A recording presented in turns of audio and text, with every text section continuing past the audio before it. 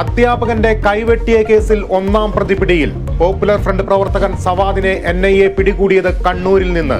ഒളിവിൽ കഴിഞ്ഞത് 13 വർഷം.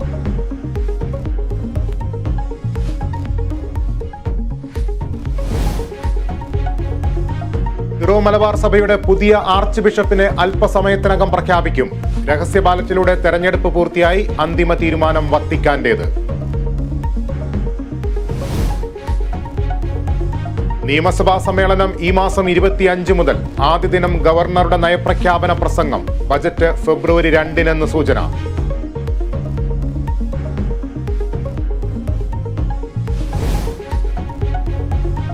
രാഹുൽ മാങ്കൂട്ടത്തിലിന്റെ അറസ്റ്റിൽ പ്രതിഷേധം കടുപ്പിച്ച് യൂത്ത് കോൺഗ്രസ്.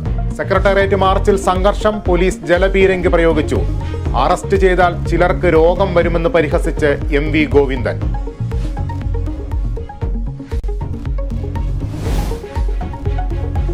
ഭാരത് ജോഡോ ന്യായ യാത്രയ്ക്ക് അനുമതി നിഷേധിച്ച് മണിപ്പൂർ സർക്കാർ. ക്രമസമാധാന പ്രശ്നമുണ്ടെന്ന് വിശദീകരണം. ചുരുക്കം ആളുകളെ പങ്കെടുപ്പിച്ച് ഉദ്ഘാടന ചടങ്ങ് നടത്താമെന്നും മണിപ്പൂർ സർക്കാർ. പരിപാടിയിൽ നിന്ന് പിന്നോട്ടില്ലെന്ന് KC വേണുഗോപാൽ. കഥാഭിഷേക നിറവിൽ ഗാനഗന്ധർവൻ KJ യേശുദാസ്. മഹാഗായകന് 84-ാം പിറന്നാൾ. ആശംസകൾ അറിയിച്ച് സംഗീത ലോകം.